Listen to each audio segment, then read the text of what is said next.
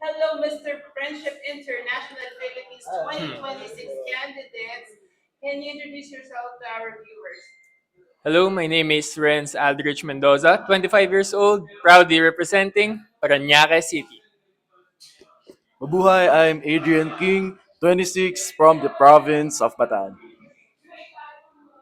Hello everyone, my name is Prince Paolo Panganiban, 21, representing Laguna Province.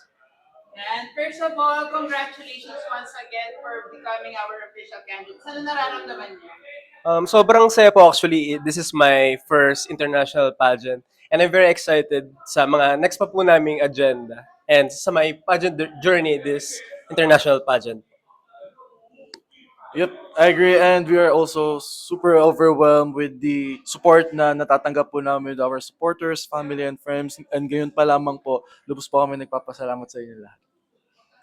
For me naman po, sobrang excited po ito para sa akin since this is a wider audience for me from city pageant to national pageant. Kaya naman po, madami po talaga kaming ine-expect na mangyayari ngayong pageant na to.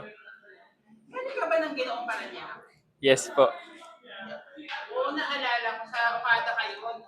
Yes po. Okay, this year. But anyway, lahat kayo nakapag-pageant. I remember, especially si King. So, anong lesson yung natutunan niyo sa previous pageant experiences yun na dinala niyo dito kay Mr. Friendship? Since ang huli ko pong sinalihan is Ginoong Parañaque 2026 and nanalo naman po, salamat sa Diyos. This time naman gusto ko pong i-step up pa and taasan pa po yung pangarap dahil wala naman po tayo ibang pupuntahan kundi taasan pa po lalo ang pangarap natin sa araw-araw.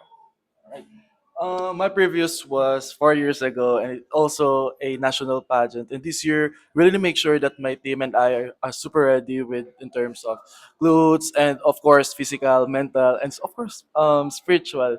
Yun po.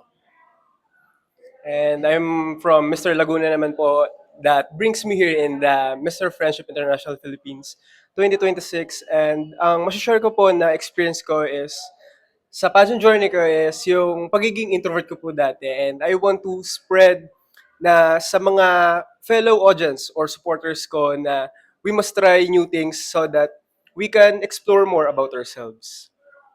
Pero, ayan din, syempre, this week may mga pre-pageant activities. Can you invite them? Saan siya at kailan? Uh, First po, bukas magkakaroon po kami ng fashion show. Sana po makapanood po kayo sa Laguna. And August 7 po ang start ng preliminaries namin and closed door interview. And of course, on Sunday po, August 9, our finals. And for those who wanted to watch, tickets are now available at Amplify PH. And we were waiting for you guys to support us on our Mr. International Philippines 2026 pageant journey. Ayan. So, Mr. Laguna, may sis protect voting din kayo. Can you invite them to vote for you candidates? Right. So aside from your support, we are looking forward to your support via voting Protect, of course. Right now, it's times four actually, and your support is more than privilege sa pageant na journey namin. Ayun po, bali sa online po makikita nyo pong may link po doon and please click po kung sino po ang gusto nyo pong suportahan sa amin. Hindi lang po ako, kundi lahat po kaming mga candidates dahil lahat naman po ay deserving pong manalo.